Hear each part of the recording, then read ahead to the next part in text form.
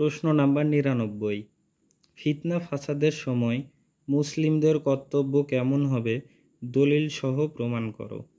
উত্তর, সে সময় ফিতনা থেকে দূরে থাকা এবং মুসলিম জামাত ও তাদের নেতাদের সাথে থাকা আবশ্যক।